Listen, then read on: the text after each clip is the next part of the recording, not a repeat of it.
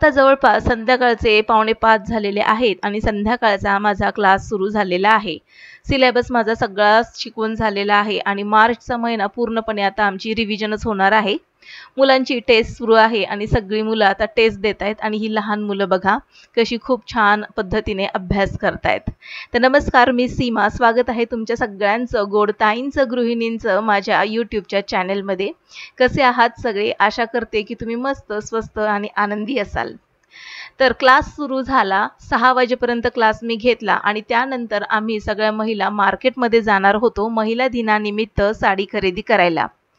जवळपास संध्याकाळचे म्हणजे रात्रीचे 8:30 वाजले मला घरी यायला आणि बघा किचनचा सगळा अवतार तसाच झालेला आहे। पूर्णपणे सिंकमध्ये भांडी पडलेली आहेत आणि मार्केटमधून आल्याबरोबर मी किचनमध्ये आले, फ्रेश झाले आणि आता इथे किचनमध्ये म्हणजे गॅसवरती मूग डाळ शिजत घातलेली आहे। दुपारीच मी मलाई बाहेर काढून ठेवली होती कारण की मला तूप काढायचं होतं। तर आता बऱ्यापैकी रूम टेम्परेचरवर ही मलाई आलेली आहे, पण तिला मी साईडलाच ठेवलं आणि म्हटलं पहिला स्वयंपाक करून घेते कारण की इथेच माझं काम संपत नाहीये। कारण की स्वयंपाक झाल्यानंतर मला जेवून सगळं किचन सगळं आवरून भांडी घासून मला जायचं आहे आमच्या महिलांच्या जी कार्यक्रमाची तयारी करायची आहे तर तिकडे मला जायचं आहे।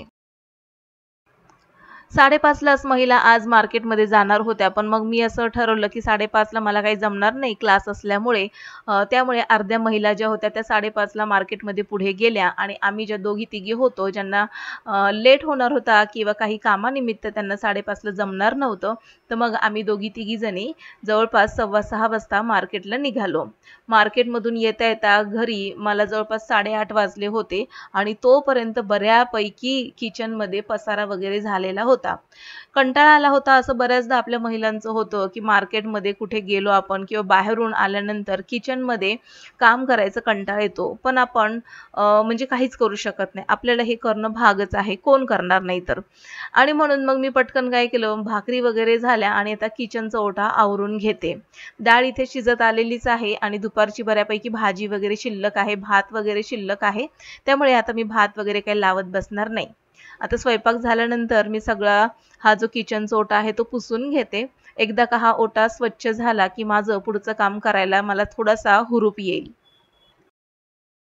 तर स्वयंपाक झालेली भांडी थोडीशी सिंकमध्ये पडलेली आहेत आणि आता इथे मी काय केलं, थोडीशी मूग डाळ कच्ची होती म्हणून त्यामध्ये पाणी घातलं आणि आता इथे मी काय करते, ह्या बाउल भरून साई आहे, तर आता ही साई मी काढून घेते मोठ्या बाउलमध्ये।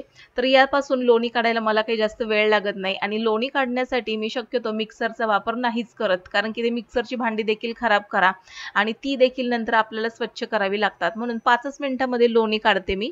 त्यासाठी काय करायचं, लोणी मी कधीही फ्रीजरमध्येच ठेवते, फ्रीजमध्ये कधीच लोणी म्हणजे मलाई जी आहे ती फ्रीजमध्ये कधीच नाही ठेवायची, नेहमी फ्रीजरमध्येच हा बाउल आपल्याला ठेवायचा आहे। आणि ज्या दिवशी आपल्याला त्याची लोणी काढायचं आहे तर त्या दिवशी सकाळी किंवा दुपारी हा बाउल बाहेर काढून ठेवायचा। आता हे रूम टेम्परेचरवर आल्यानंतर ही साई मोठ्या बाउलमध्ये मी ट्रान्सफर केली आणि आपला जो हँड व्हिस्कर असतो तर त्याने मी काय करते, ही जी मलाई आहे अशा पद्धतीने फेटून घेते। तर जवळपास मी फक्त 5च मिनिटं ही मलाई फेटून घेतली आणि बऱ्यापैकी आता याचं जे लोणी आहे ते वर निघलेलं आहे। आता हे लोणी मी काढून घेते, या लोण्याला आपल्याला 2 ते 3 वेळा धुवून घ्यायचं आहे म्हणजे जी बेरी निघते तुपाची तर ती कमीत कमी निघते आणि तूप छान निघतं त्याचं।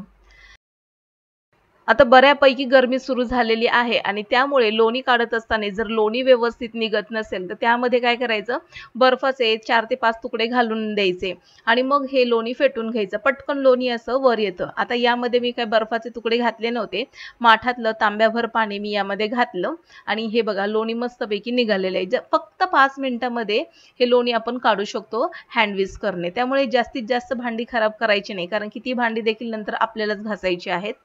तर आता हे छोट्या बाउलमध्ये लोणी ट्रान्सफर केलं, आता हे मी व्यवस्थित मिक्स करते आणि धुवून घेते हे लोणी आणि मग ज्या भांड्यामध्ये मला हे लोणी कडवायचं आहे त्यामध्ये मी काढून घेते। तर आता धुवून घेतलेलं हे लोणी मी एकदाच धुतलं, 2 ते 3 पाण्याने मी काही धुत बसत नाही कारण की ते पाणी मला सिंकमध्ये टाकावं लागेल आणि सिंकमध्ये जर मी ते पाणी टाकलं तर भांडे पुन्हा लोण्यामुळे तेलकट चिकट होतील, म्हणून मी काय करते फक्त एकदाच हे पाण्याने मी हे लोणी धुवून घेतलेलं आहे।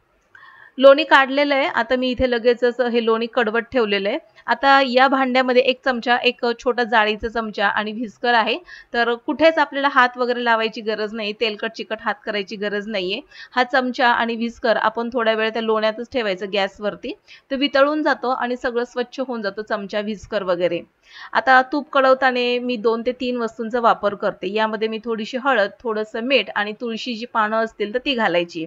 पण आता रात्र झालेली आहे आणि तुळशीची पानं कशी तोडायची म्हणून मग मी तोडलेली नाहीत. फक्त हळद आणि मीठ घातलं आणि इथे मी लोणी कडवत ठेवलेलं आहे. लोणी काढल्यानंतर बऱ्यापैकी बाउलमध्ये मोठ्या ताक निघालं होतं. ते मी तसंच बाजूला ठेवणार आहे. कारण की आता गरमी सुरू झालेली आहे आणि दही ताक आपल्या आहारात असणं गरजेचंच आहे. शरीराला थंडावा देतं. आता एका साईडला लोणी कढतंय आणि दुसऱ्या साईडला हे सिंकमध्ये जी भांडी पडलेली तर ती आता मी सगळी घासून घेणार आहे. तर सुरुवातीला मी पहिलं सिंक घासते. म्हणजे जे तेलकट चिकटपणा जो आहे भांडे घासून झाल्यानंतर आपण ती सिंकमध्ये ठेवणार आहोत. तर ती पुन्हा चिकट होऊ नये म्हणून पहिलं सिंक घासून घ्यायचं आणि मग लागलेच हाताने ही सगळी भांडी आपण घासून त्या सिंकमध्ये ठेवून देणार आहोत. लोणी काढलेलं एकही भांड मी या सिंकमध्ये किंवा या भांड्यामध्ये ठेवलेलं नाहीये. ती भांडी मी सेपरेटच ठेवलेली आहेत आणि सगळ्यात शेवटी मी घासणार आहे ती. कारण की जर त्यामध्ये ठेवली तर सगळी भांडी तेलकट चिकट होण्याची शक्यता आहे. त्यामुळे मग मी विचार केला की पहिली भांडी घासून काढते आणि मग लोणी आणि तुपाची भांडी मी आरामात घासून काढते.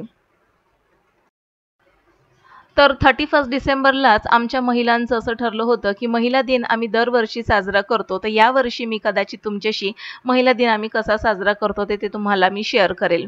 कसं असतं ना, वर्षातून एखादा दिवस जर आपल्या महिलांसाठी एकत्रपणे जर आपल्याला वेळ मिळत असेल घालवायला तर नक्कीच आपण तो काढा. कारण की आपण नेहमीच किचनच्या कामामध्ये घरातले मुलं बाळं आणि आपल्या संसारामध्ये आपण बऱ्यापैकी गुंतलेलो असतो. स्वतःसाठी असा काही वेळच आपण देत नाही. त्यामुळे असे छोटे मोठे जर क्षण मिळाले ना तर ते लगेचच तुम्ही त्यामध्ये सहभाग घ्या आणि ते सण साजरे करत चला. आता महिला दिन हा काही सण जरी नसला तरी महिलांसाठी थोडासा स्वतःसाठी जगण्याचा हा एक दिवस आहे असं म्हटलं तरी चालेल. तर भांडी सगळी घासून झालेली आहेत आणि आता इथे मी पटापट या बास्केटमध्ये धुवून ठेवते. थकलेली आहे मी बऱ्यापैकी कारण की आज दुपारी मला जराही झोपायला मिळालेले नाही. थोडंसं झोपलं की जरा थोडंसं फ्रेश वाटतं. पण आज दिवसभर एकापाठोपाठ एक माझी कामं चालूच आहेत. तर क्लास झाल्यानंतर मार्केटमध्ये जाऊन जवळपास 1 ते 1.5 तास मला मार्केटमध्येच गेला आणि तिथून पुढे येऊन स्वयंपाक वगैरे करून सगळं आवरायचं म्हटल्यानंतर भरपूर कंटाळा आला होता. पण आपण गृहिणी आहोत आणि आपल्याला हे सगळी कामं कधीच चुकणार नाहीयेत. मग तुम्ही कितीही थकून या, घरामध्ये तुम्हाला थोडंफार काहीतरी लक्ष द्यावंच लागतं. तसंच आज काहीसं माझं झालं. थकले होते, पण काय करणार, एवढी ढीगभर भांडी घासली, स्वयंपाक केला, तूप काढलं आणि आता हे जे किचनच्या ओट्यावरती जे पाणी पडलेले ते देखील साफ करून घेते.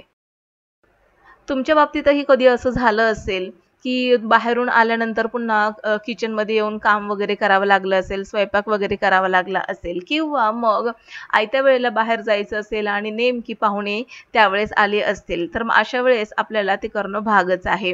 कारण की गृहिणी कितीही मोठी असली, कितीही काम करणारी, ऑफिस वर्क करणारी जरी असली तरी तिला ह्या सगळ्या गोष्टी अजिबातच चुकत नाहीत.